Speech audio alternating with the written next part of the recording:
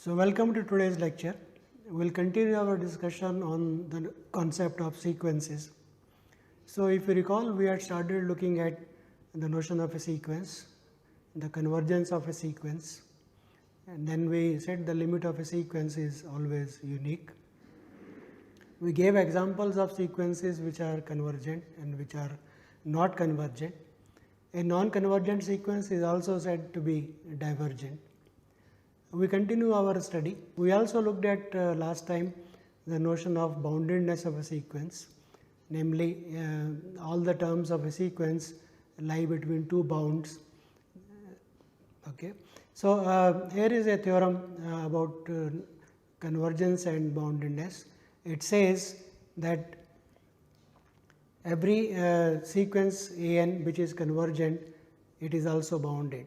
So, convergent implies it is bounded. So, boundedness is a necessary condition for a sequence to be convergent. Equivalently, one can say not bounded implies not convergent. So, this is a theorem in calculus. We will not be proving this theorem. So, we will assume the proof of this theorem. Those who are interested, as I said, can always refer to some book on calculus or look at the web course on calculus developed under NPTEL. So, a sequence is convergent, then it is bounded. So, the use of this kind of a theorem is that if a sequence is not bounded, it cannot be convergent. So, this is how necessary conditions are used. If a necessary condition is not satisfied, then it is not true that it should be convergent. So, however, keep in mind that boundedness alone is not enough to say the sequence is convergent. So, here is an example of a sequence which is bounded, but not convergent. So, this is minus 1 to the power n is a sequence which fluctuates between minus 1 to 1 and it is not convergent. So, let us look at some more theorems about convergence of sequences which help us to analyze the convergence of a sequence. And these are theorems in calculus, but can be used, we will be using these theorems, and either you can treat it as a rule for analyzing convergence of a sequence, or you can, if you are very keen, as usual you can look at the proofs in the NPTEL web course. So, this says if a sequence A x n and y n are sequences such that x n converges to x and a sequence y n converges to y, then the following results hold. You can, given x n and y n, you can construct a new sequence called where each nth term of the new sequence is the sum of the nth term of x n and the nth term of y n. So, look at a new sequence whose nth term is x n plus y n, where x n is a sequence which is convergent and y n is a sequence which is convergent. Then it says, then the following holds: the sequence x n plus y n is also convergent, and its result, the limit of x n plus y n is x plus y, and similarly you can have the difference of the two sequences. So, you can construct x n minus y n. So, limit of x n minus y n is same as limit of x n minus limit of y n.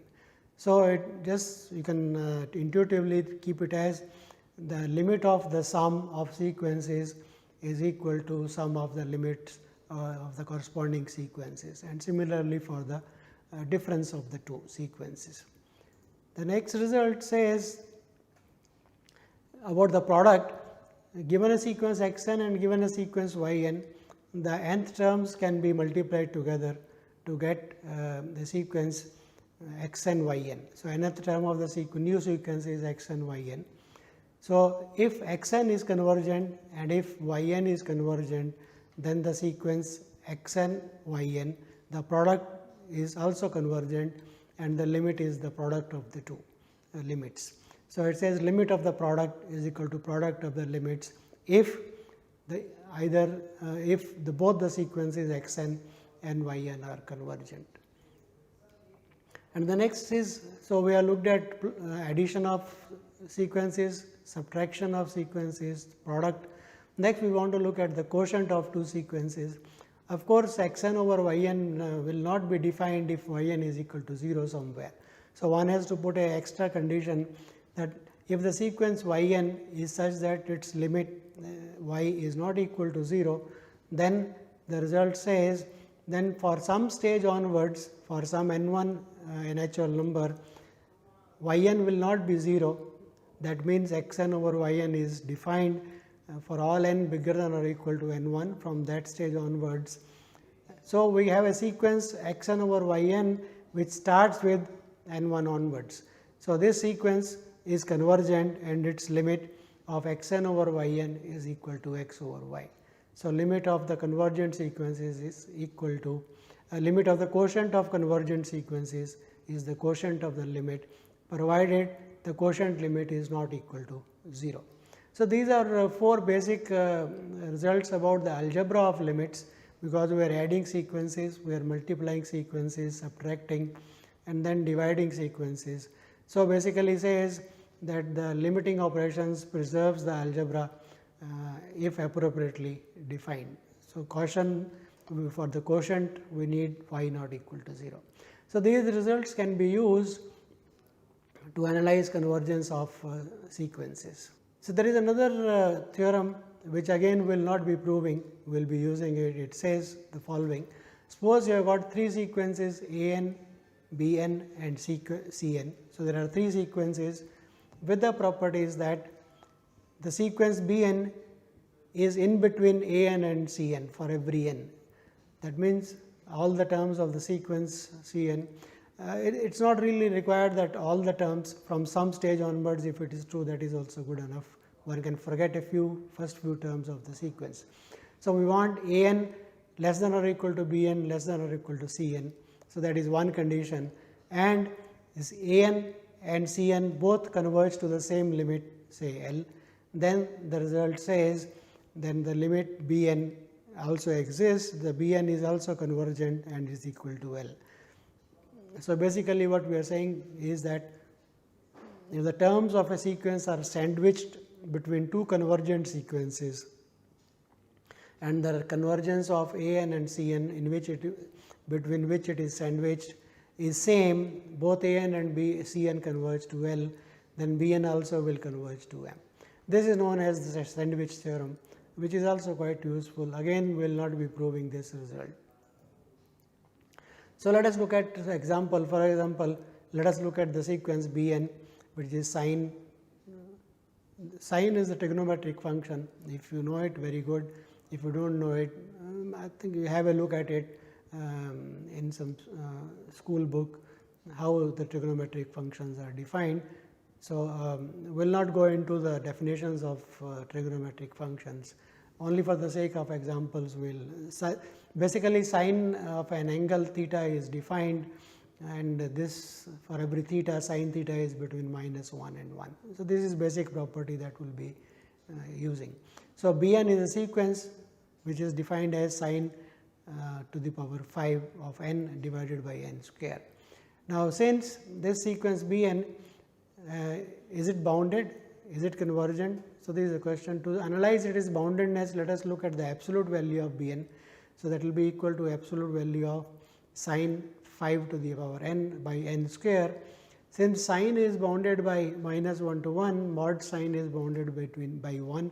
So, we will get that sine 5n divided by n square, this absolute value of b n is always non-negative, absolute value is non-negative, is less than or equal to 1 over n square, which is less than or equal to 1 over n. So, which is less than 1. So, this is a bounded sequence, and since it is bounded between 0 and 1 over n and 1 over n converges to 0. So, this b n mod b n is in between 0 and 1 over n. So, by sandwich theorem we get that this also converges to 0. Now, sine this. So, there is the absolute value of b n which converges to 0, and it is again a easy result which will assume that if mod b n converges to 0, then b n also converges to 0. So, that will imply that. So, we have looked at some tools which help us to analyze convergence of sequences, namely algebra of limits and the notion of sandwich theorem. Here are some more concepts about sequences which are very useful and important. So, we say a sequence A n is monotonically increasing if A n plus 1 is bigger than A n for every n. That means, every term A n plus 1 is bigger than the previous term, that is A n. So, as n increases, your values of your sequence keep on increasing. Keep in mind, we are saying bigger than or equal to, we are not saying strictly bigger, right. So, if it is equal, it will be okay for saying the sequence is monotonically increasing. So, we want for every n, the next term, that is A n plus 1, is bigger than or equal to the previous term, that is A n. So, then it is, we say it is a monotonically increasing sequence. Similarly, we will say a sequence is monotonically decreasing if A n plus 1 is less than or equal to A n. That means, as n increases, the values of A n decrease, right. A n plus 1 is less than or equal to. Again, we are saying less than or equal to, we are not saying strictly less than. So, the next term is at the most the previous one, it could be smaller. So, that is called a monotonically decreasing. So, monotonically increasing and monotonically decreasing. If you want to say it is strictly bigger, if you want to have that condition, then we will say it is strictly monotonically increasing, and similarly we will say a sequence is strictly monotonically decreasing if A n plus 1 is strictly less than A n for all n bigger than n. So, for example, if we look at the sequence 2 n, it is strictly monotonically increasing because the first term is 2, the second term is 4, the next term is 6, and so on. So, as n increases, the values of A n strictly increase. Yes, it is monotonically increasing. Is it bounded above?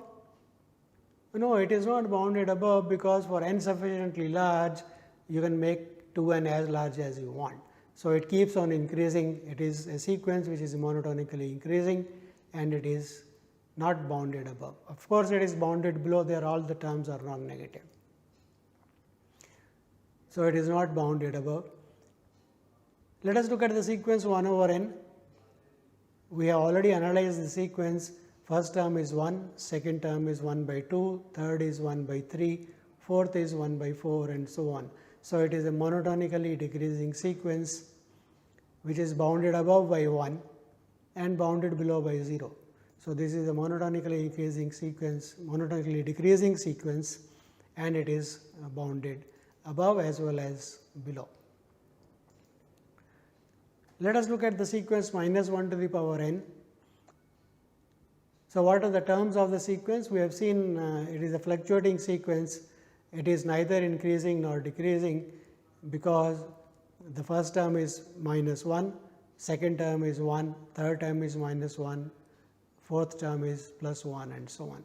So, it is a bounded sequence, but it is not monotonically increasing, nor it is monotonically decreasing. So, it is a sequence which is bounded, but not increasing, not decreasing.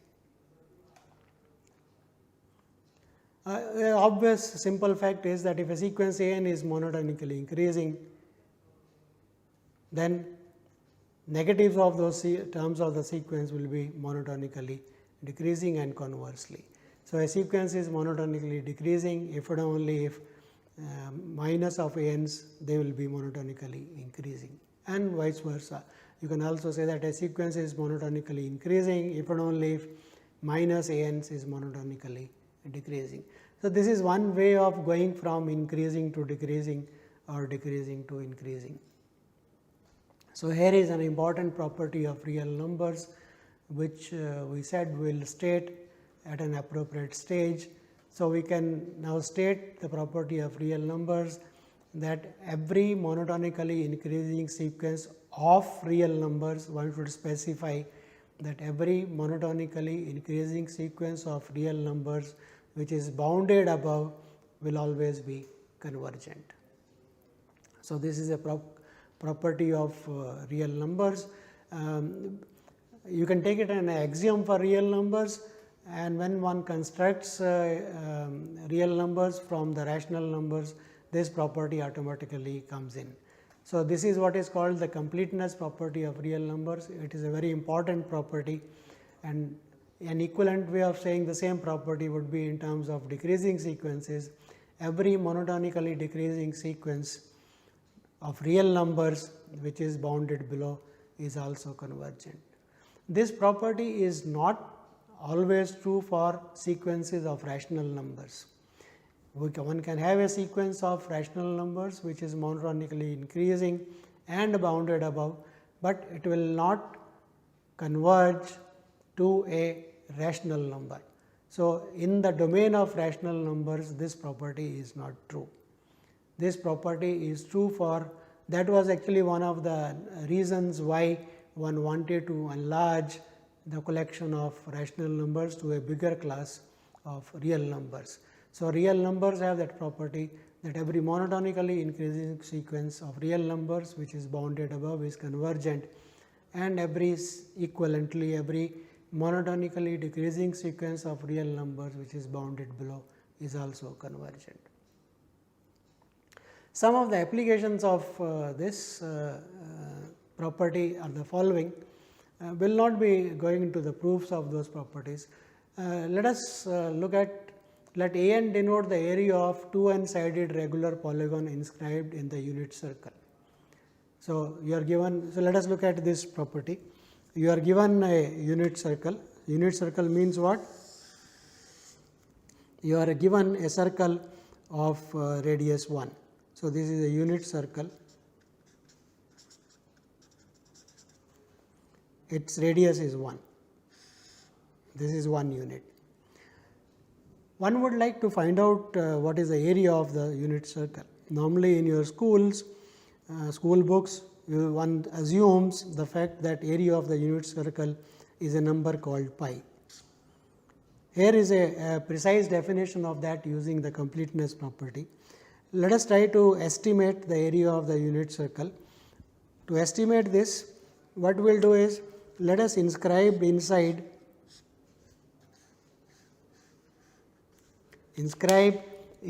this unit circle a square.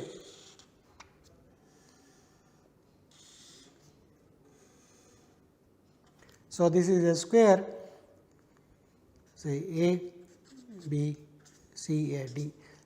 So, it is a regular four-sided figure inscribed inside the circle. So, if I look at the area of the circle of the square, that we can find out, because we know this side is 1, this side is 1. So, I can find out the area of these 4 triangles using the formula half base into height.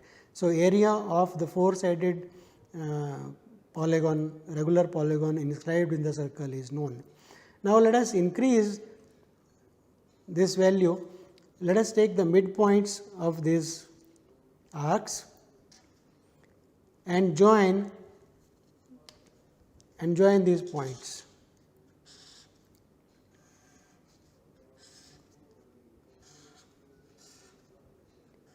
So, we have joined. So, now look at, let us call these points as P, Q, R and S. So, if I look at the polygon A, P, B, Q, C, R, D, S, A, that is the 8-sided polygon inscribed inside the square, inside the circle of radius 1.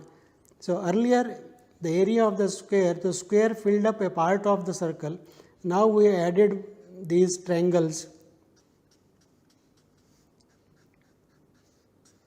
these 4 triangles. So, the octagon now fills more part of the circle than compared to the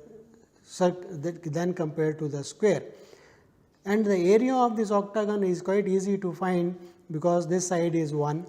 So, half base into height, again we can find out this area.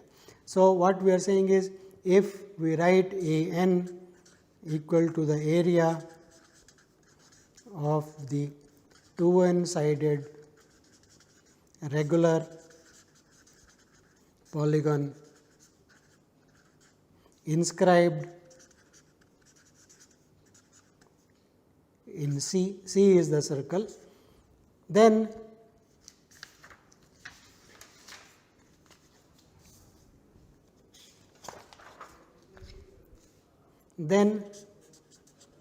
this AN is a sequence of numbers, and quite clear that AN is monotonically increasing. So, that means AN plus 1 is strictly bigger than AN. So, this is a monotonically increasing sequence of areas, and from the figure it's quite clear that if I keep on increasing the number of sides, I will slowly and slowly fill up the unit circle.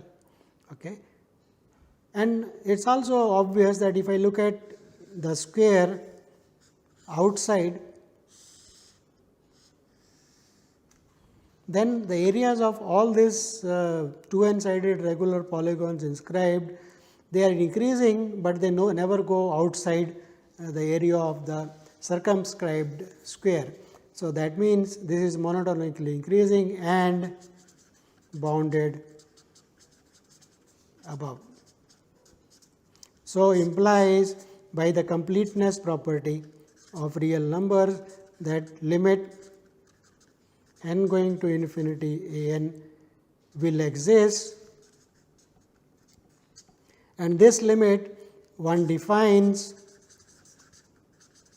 pi to be the number which is this limit.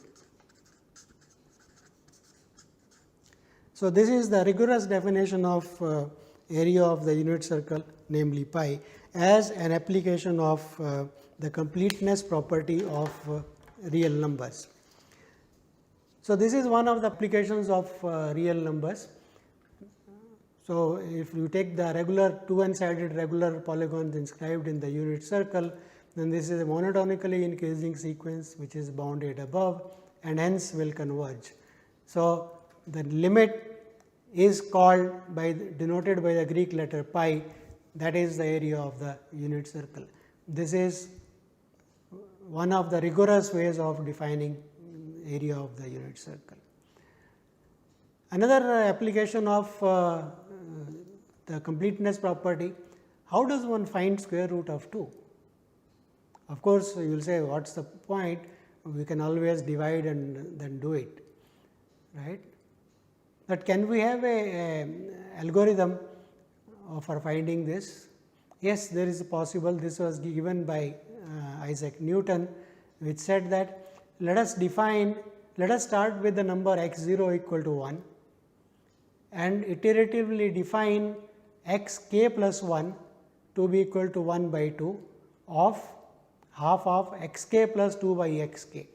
So, once x k is defined, x k plus 1 is defined, and one shows this sequence of real numbers is convergent using the completeness property, and the limit is nothing but limit exists, and that is what is called square root 2. So, here is another way of appreciating the concept of limit of a sequence is that square root 2, if you have seen earlier, we also mentioned that square root 2 is an irrational number. So, its value cannot be found exactly, like pi, the value of square root 2 cannot be found exactly. But since the sequence x k plus 1 or x k is coming closer and closer to this, so for large x k can be taken as a rational approximation for square root 2. And these are the approximations more often than not used in putting algorithms in the calculators and so on. So, this is a very practical application of convergence of a sequence of real numbers. So, we have looked at sequences of real numbers. We have looked at the limit of a sequence of real numbers and seen various ways of analyzing convergence and the completeness property of real numbers. Here are some important sequences which are useful. For example, if mod of x is less than 1, x is any real number with mod x and 1, then x to the power n. Of course, since mod x is less than 1, these powers will in some sense come closer and closer to 0, and one can prove that the limit exists. It is a monotonically decreasing sequence bounded below, and it converges, and actually it converges to 0. One can prove it rigorously using the tools we have described, but will not go into it. But we will use this because it is a useful limit for a number between, say, a positive number between 0 and 1. If you take its powers, they keep on decreasing and decrease to 0. For x greater than 1, here is another one. For x non-negative, if you take the nth root of x, that is x to the power 1 over n, like square root, cube root, there is nth root possible for real numbers. If you take this sequence, then intuitively one denominator n is going to infinity. So, 1 over n intuitively is going to 0. So, intuitively this limit should go to x to the power 0, that is 1. That is not a proof, that is only a way of guessing that this limit exists and is equal to 1, and can be proved rigorously. There are some more examples of this. For example, you have seen geometric progression in your school. If a n is equal to a plus a r plus a r n 1. So, there is a geometric progression with first term a and common ratio r, then we know that the nth term can be expressed as a into 1 plus r to the power n divided by 1 minus r, and that is a simple fact that can be deduced. Now, if r is less than 1, say r is between 0 and 1, and I take the limit, this is going to go to 0.